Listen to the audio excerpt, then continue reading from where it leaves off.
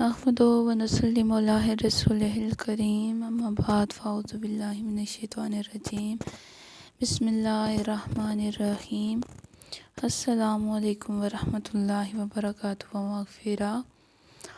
آج کی ویڈیو میں ہم جانیں گے کہ حضرت یونس علیہ السلام مچھلی کے پیٹ میں کس طرح سے گئے، کس طرح سے مچھلی نے آپ کو نگلا اور کس طرح سے آپ مچھلی کے پیٹ سے آپ کی رہائی حاصل ہوئی آپ کو، اور کس طرح آپ نے اپنی قوم کو عبادت کی طرف پکارا اللہ تعالیٰ کی، مگر انہوں نے نافرمانی کی اور اللہ کے عذاب کو چنا۔ حضرت یونس علیہ السلام عبادت کے بہت شوقین تھے، وہ دنیا سے بالکل الگ تھے۔ ان کو حکم ہوا کہ فوراً آپ پہنچے شہر دمشق میں تاکہ وہاں کے مشرک باشندوں کو بت پرستی سے منع کریں۔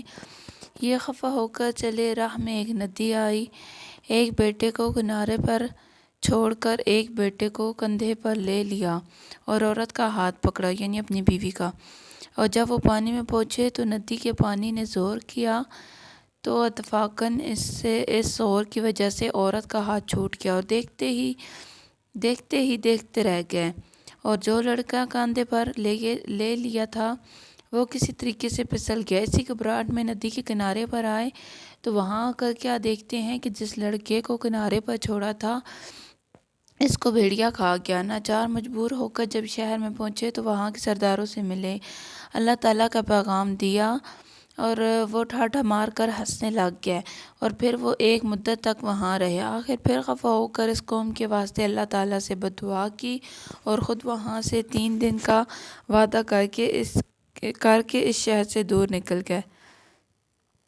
تیسرے روز جب اس قوم پر اللہ تعالیٰ کا عذاب آیا تو اس شہر کے سب لوگ جنگل میں نکلے اور سب نے اللہ تعالیٰ سے توبہ کی اور بہت ہی گرہ وزاری کی اور تمام اپنے بنائے ہوئے بت توڑ ڈالے۔ اس وجہ سے توبہ ان کی قبول ہو گئی اور بہت ہی انہوں نے گرہ وزاری کی تھی، تو اس وجہ سے آیا ہوا عذاب جو تھا وہ ٹل گیا۔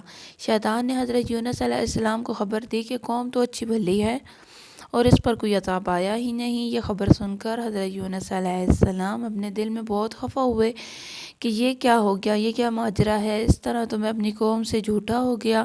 یہ کہہ کر وہ کشتی پر سوار ہو گئے۔ جب کشتی دریا کے بیچ میں پہنچ گئی تو بھنور کے چکر لگانے لگی، یعنی گول مٹول جو ہے نا چکر لگانے لگی۔ یہ کیفیت دیکھ کر لوگوں نے کہا کہ بھائی اس کشتی میں کسی کا غلام ہے جو اپنے مالک سے خفا ہو کر بھاگا ہوا ہے۔ کشتی والوں نے بہت ہی معلومات کی پر کچھ پتہ نہ چلا۔ آخر قرآن اندازی کی گئی تو قرآن اندازی میں حضرت یونس علیہ السلام کا نام نہیں نکلا۔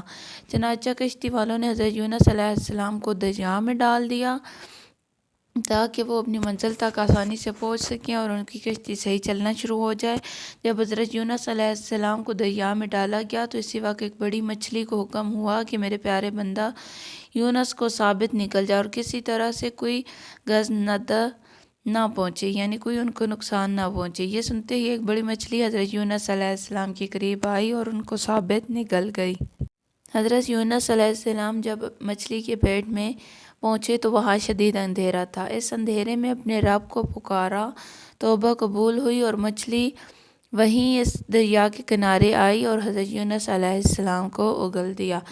جس جگہ اس مچھلی نے حضرت یونس کو اگل دیا تھا تو اس جگہ پر کوئی سایہ وغیرہ نہ تھا۔ پھر اللہ تعالیٰ نے کدو کی بیل کو اگایا، اس بیل نے حضرت یونس علیہ السلام کو سایہ کر دیا اور اللہ تعالیٰ کی طرف سے ایک ہرنی کو حکم دیا گیا کہ وہ روزانہ حضرت یونس علیہ السلام کو اپنا دودھ پلائے۔ جب حضرت یونس علیہ السلام کے بدن میں طاقت آ جائے گی، قوت آ گئی، تو وہ پھر اپنے قوم میں جاننے کا اللہ تعالیٰ کی طرف سے ان کو حکم ہوا۔ وہ اپنی قوم اور وہ قوم حضرت یونس علیہ السلام کی آمد کی آرزو مند تھی، راہ دیکھ رہی تھی کہ کب حضرت یونس علیہ السلام واپس آئیں گے، اور ان کی عورت کو اور لڑکے کو لوگوں نے دریا سے نکال لیا تھا، یعنی جو عورت آپ کے ہاتھ سے چھوٹ گیا تھا جن کا ہاتھ، اور جو لڑکا آپ کے کندھے سے پھسل گیا تھا ان کو لوگ صحیح سلامت دریا سے لے گئے تھے، اور جس لڑکے کو بھیڑیا کھا گیا تھا اس کو بھی صحیح سلامت بھیڑیے سے وہ چھڑا کر لے آئے تھے۔ اب اسی دمشق میں حضرت یونس علیہ السلام کی قبر موجود ہے جہاں پر وہ گئے تھے وآخر دعوانا ان الحمد للہ رب العالمین۔ الصلاۃ والسلام علیکہ یا رسول اللہ وعلی آلکہ واصحابکہ یا حبیب اللہ۔